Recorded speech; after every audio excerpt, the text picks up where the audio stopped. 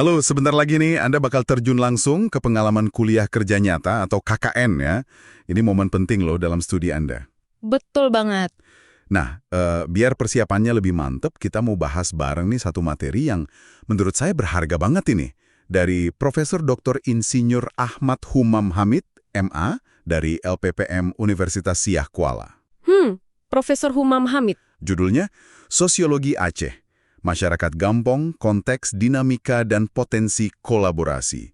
Kita bakal fokus nih gimana sih memahami masyarakat Gampong di Aceh, plus ada tips komunikasi juga buat Anda nanti di lapangan. Mari kita gali lebih dalam. Ya, ini penting sekali ya. Memahami Gampong itu kan semacam unit komunitas desa khas di Aceh.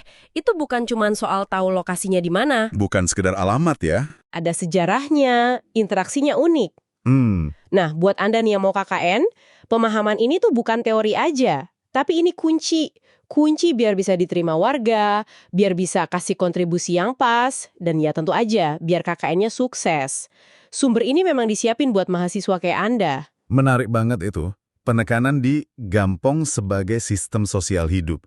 Berarti kita nggak bisa gitu aja datang bawa asumsi atau program template dari kampus ya. Nggak bisa lah. Materi ini kan nyebut soal konteks sama dinamika masyarakat Gampong.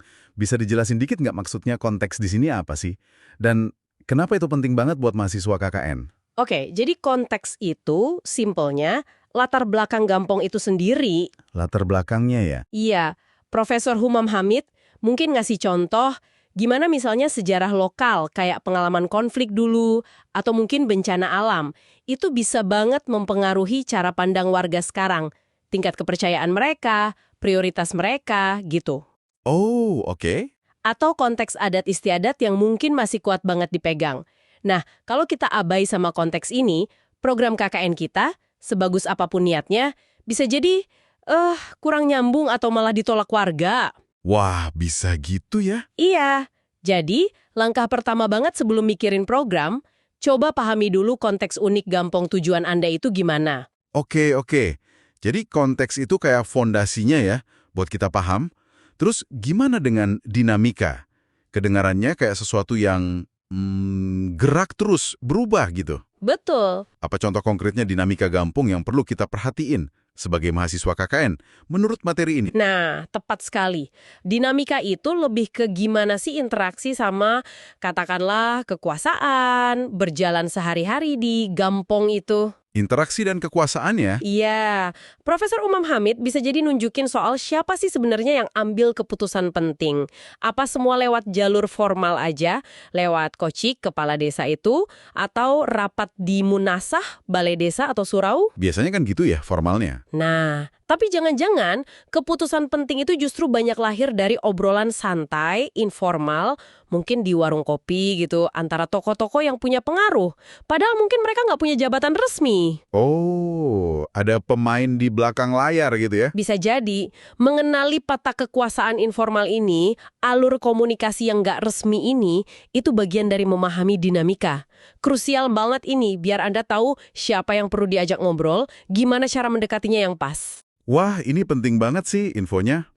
Jadi kalau kita udah mulai paham nih konteks sama dinamikanya, terus gimana materi Profesor Humam Hamid ini nyambunginnya ke potensi kolaborasi? Kan itu juga disebut di judul materinya.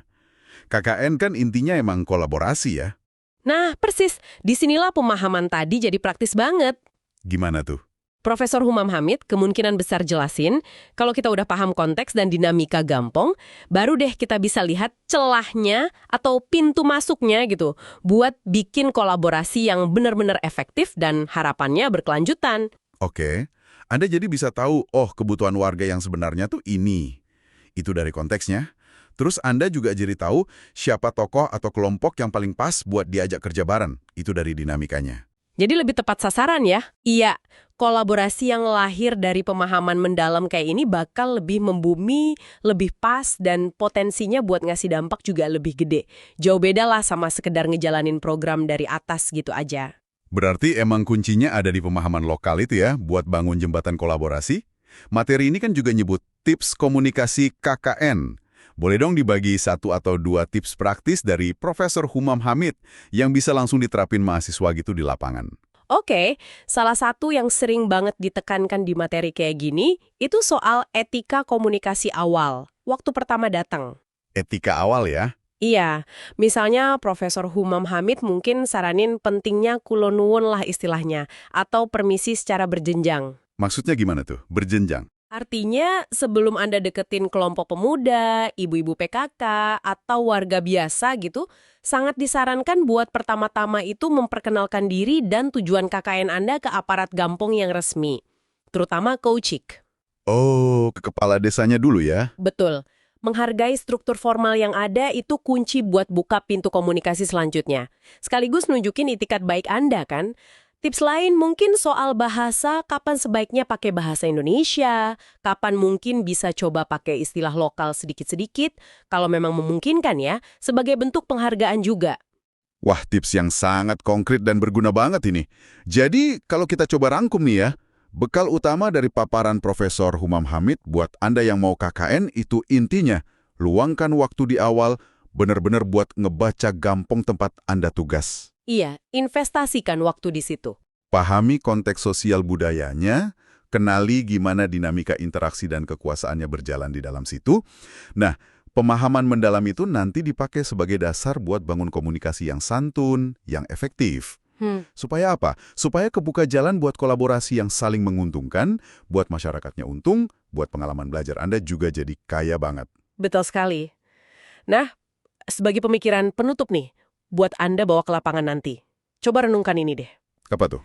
Kan Profesor Humam Hamid tadi garis bawahi pentingnya konteks, dinamika, kolaborasi, sama interaksi, ya kan? Iya. Coba Anda pikirin sejenak.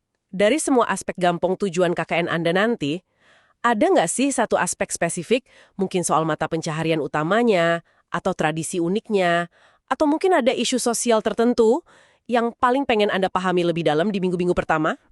Fokus ke satu hal dulu gitu ya. Pak, pikirin lagi, gimana kira-kira kalau Anda bisa paham mendalam soal satu aspek itu aja, itu bisa jadi kunci buat membuka pintu kolaborasi yang lebih bermakna selama KKN Anda nanti. Pertanyaan ini bisa jadi semacam kompas awal lah buat Anda. Menarik, menarik. Jadi PR buat direnungkan sebelum berangkat ya? Betul. Selamat bertugas ya. Semoga sukses KKN-nya.